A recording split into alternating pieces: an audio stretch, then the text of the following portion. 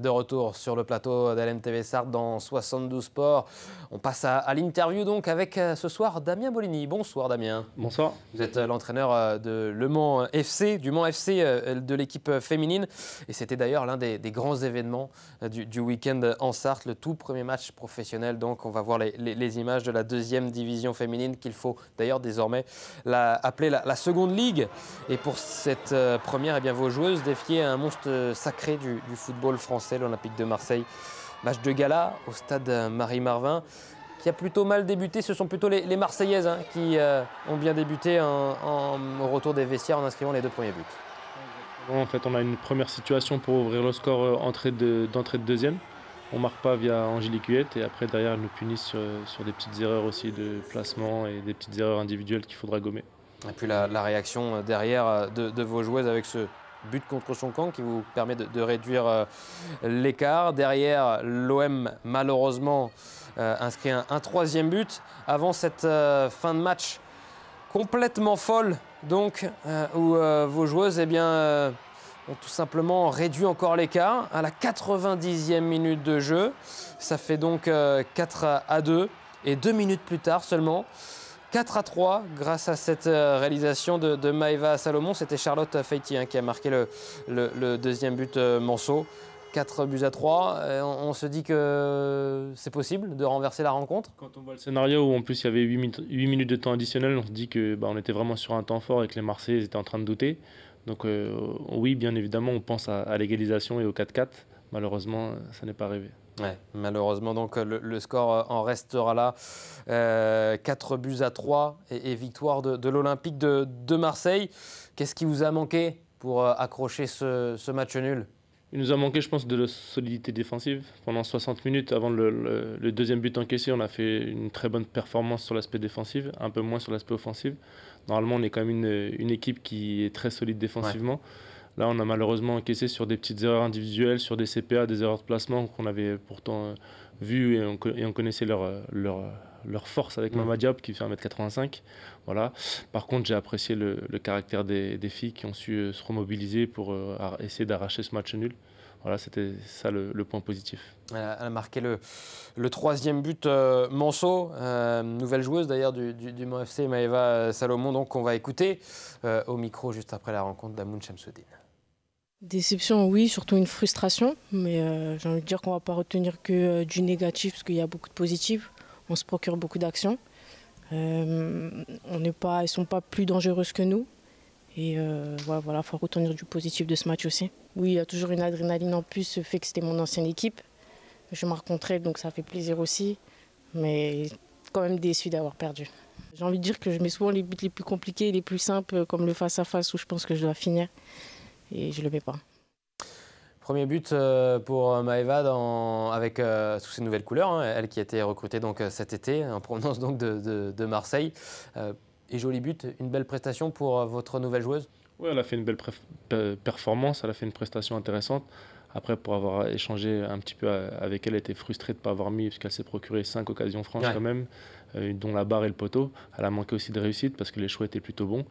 Donc on va dire cette frustration pour elle de ne pas avoir mis plus de buts, mais c'est encourageant pour la suite. On va aller voir justement ces actions chaudes que vous êtes procurées. Peut-être que si on fait le compte de toutes les actions, vous avez même été peut-être plus dangereux que l'Olympique de Marseille, du moins pas moins dangereux que Marseille dans cette rencontre. Est-ce qu'il y a des regrets quand on voit ce poteau, cette transversale notamment ? Les regrets, c'est surtout de ne pas avoir marqué sur nos temps forts. Voilà, en première mi-temps, on a cette barre. Si on ouvre le score, c'est forcément un match qui va être différent. Voilà, si on parle uniquement de stats, on a des meilleurs stats, oui, en termes de frappe, d'occasion franche que Marseille.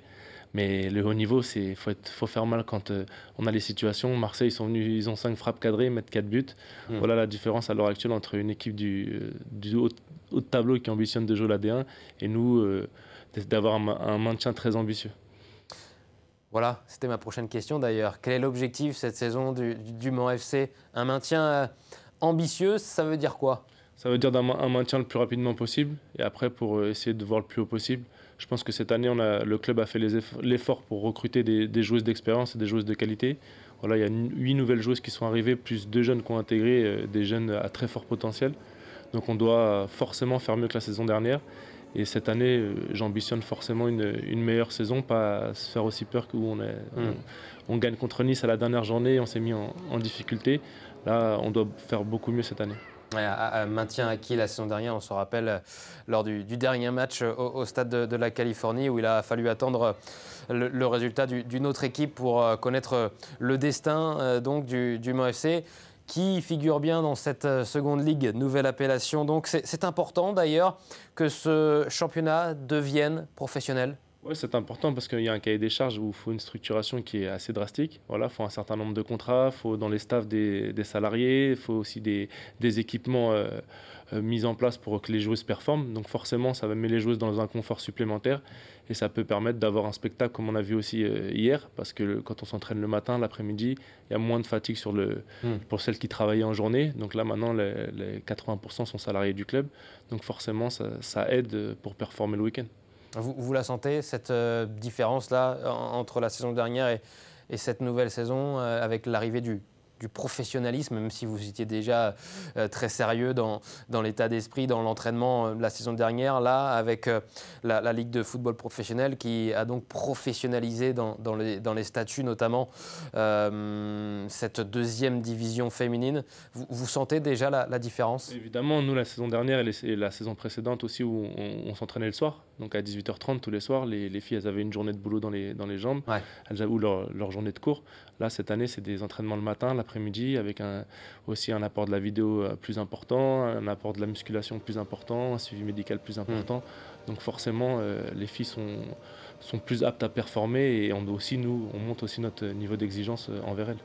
8 nouvelles joueuses, plus les joueuses du centre de formation.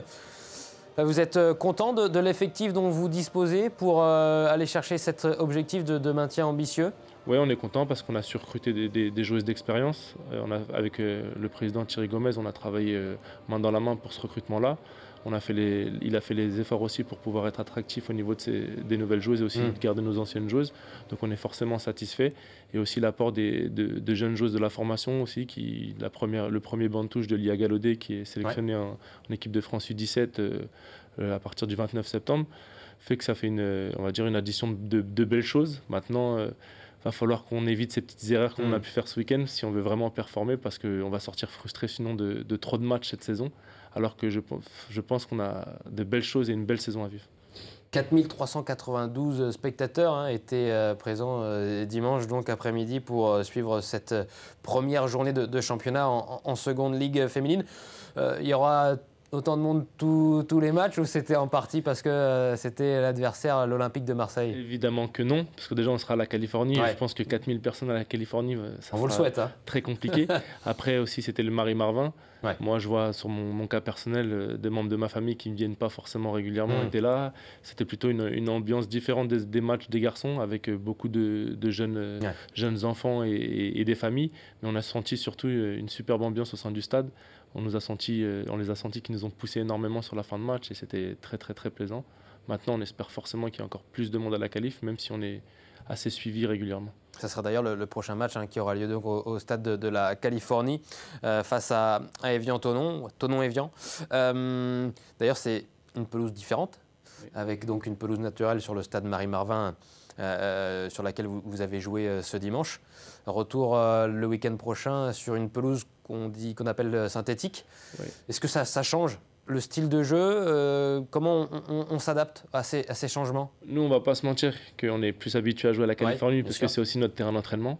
Voilà, donc forcément, à la rigueur, avec le Marie-Marvin, où c'est une pelouse hybride et de grande qualité, il y a une différence un peu moindre que certaines pelouses qui sont plutôt médiocres sur certains stades.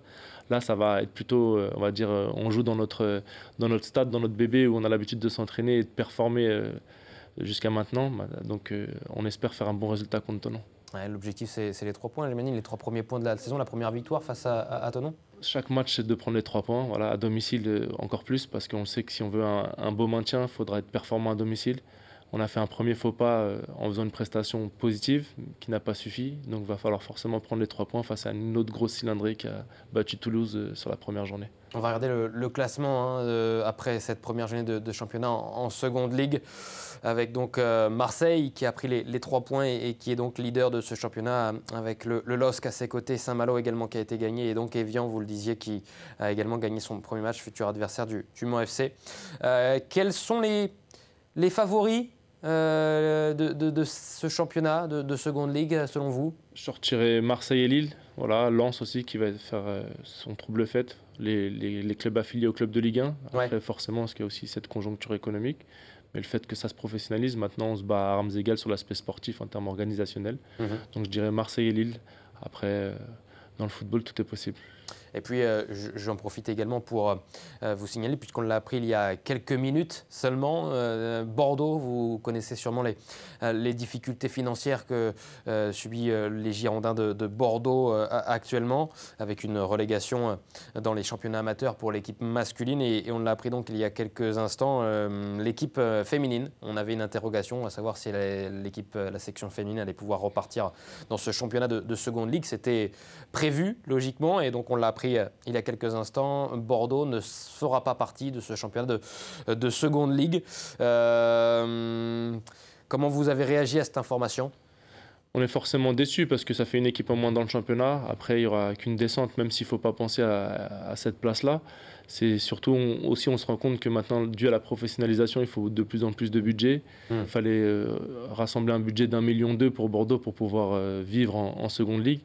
Et quand on voit aussi le débord chez les garçons, on pouvait se douter que ça allait prendre peut-être cette issue-là. On est surtout déçus pour les joueuses, pour les staffs, pour le travail qu'ils ont fait depuis de nombreuses années. Il ne faut pas oublier qu'ils jouaient la Ligue des Champions il y a 3-4 ans. Ouais.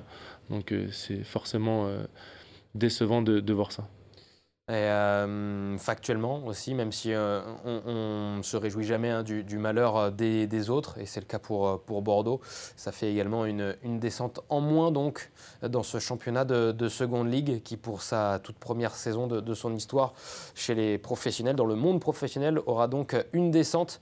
Il n'y aura donc que 11 équipes dans ce championnat de seconde ligue cette saison. Merci beaucoup Damien Bolini d'avoir été notre invité dans 72 Sports. On vous souhaite donc la meilleure saison avec vos joueuses et une victoire donc. Et je vous invite à aller du côté du stade de la Californie pour le deuxième match de la saison du Mans FC face à Thonon-Evian. Dans quelques instants, on parle de trail avec la 6e édition du Trail Rotary. Ça se passe ce samedi et c'est du côté de Saint-Marc-d'Outillet. A tout de suite.